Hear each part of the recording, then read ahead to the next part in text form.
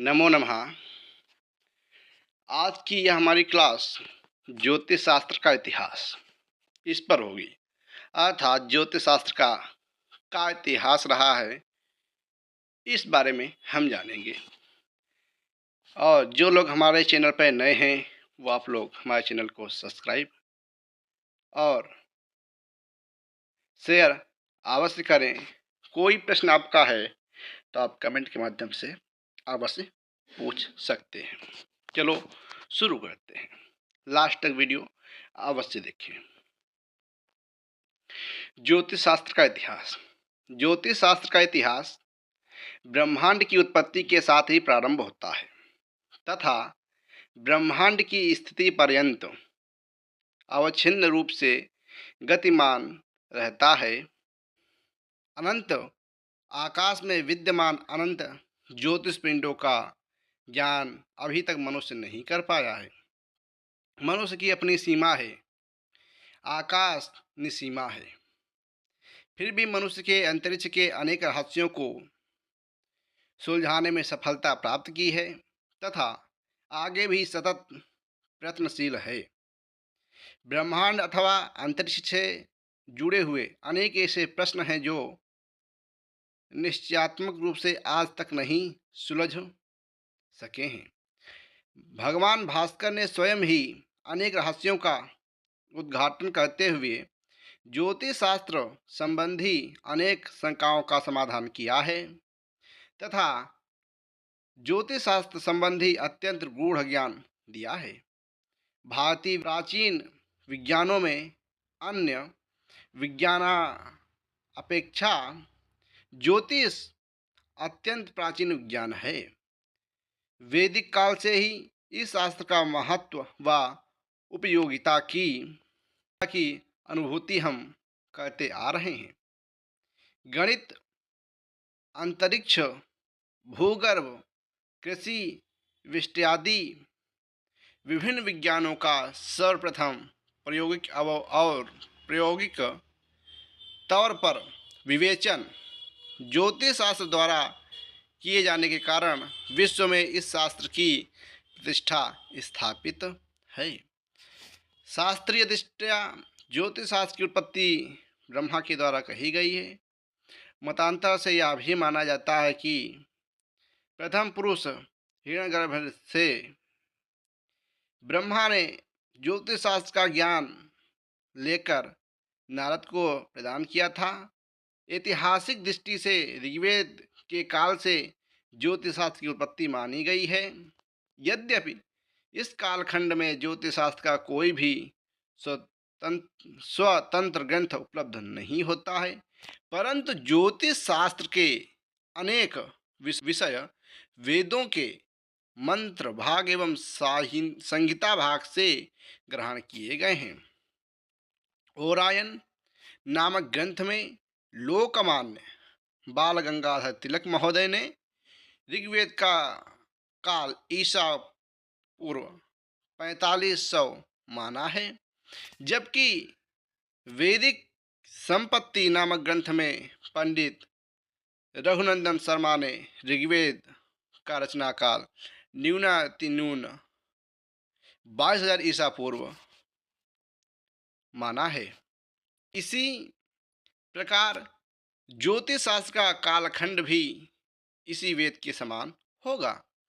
वस्तुतः ऋग्वेद का कालखंड निर्धारण करना सर्वथा दुष्कर है, परंतु यह भी सत्य है कि सृष्टि की आदि से मानव जाति का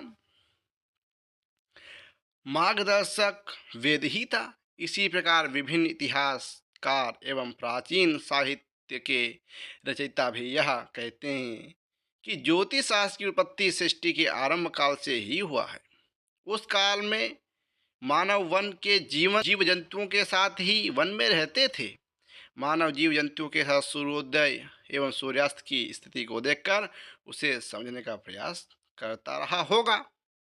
कालांतर में शनै शनै ज्योतिष शास्त्र का व्यवहार दैनिक जीवन में भी अपरिहार्य रूप से हुआ। आचार्य कमलाकर भट्ट ने स्वग्रंथ सिद्धांत तत्व विवेक में ज्योतिष शास्त्र के ज्ञानोपदेश का उल्लेख इस प्रकार किया है। सर्वप्रथम जो सर्वप्रथम ब्रह्मा से ज्योतिष शास्त्र के ज्ञान की उत्पत्ति हुई। तत्पश्चात ब्रह्मा के द्वारा नारद को ज्योतिष का ज्ञान प्रदान की गई। इसी प्रकार क्रमशः चंद्रमा ने शौनकादि ऋषियों को, नारायण ने वशिष्ठ एवं रोमस को, वशिष्ठ ने मांडव्य को तथा सूर्य ने मय को ज्योतिष शास्त्र का ज्ञान उपदेश दिया था।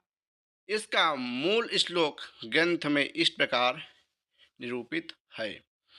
ब्रह्मा प्राह च नारदाय हिम गौर्यक्षौनकायामलं मांडव्याय वशिष्ठ संज्ञक मुनि सूर्यो मया याहयत। आचार्य कश्यप के अनुसार ज्योतिषशास्त्र के अष्टादश प्रवर्तकों का उल्लेख इस प्रकार है।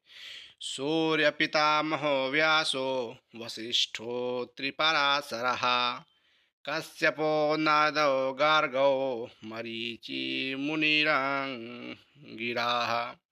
रोमसः पौरुषश्चैव च्यवनो यवनो भृगुः शौनको अष्टादशाश्चेति ज्योतिः शास्त्र प्रवर्तकाः।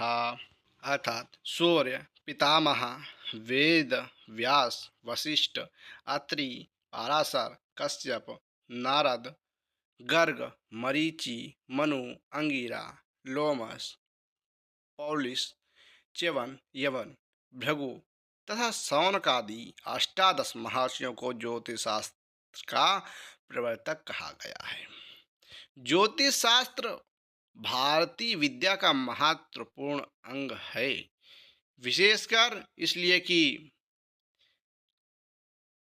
एक और तो आचार्यों ने इससे पराविद्या की कोटि में ला दिया और दूसरी और इसका प्रवेश सर्वसाधारण के जीवन में इस सीमा तक व्याप्त होता कि शुभ घड़ी, लग्न और मुहूर्त शोधन दैनंदिन जीवन के अंग बन गए हैं।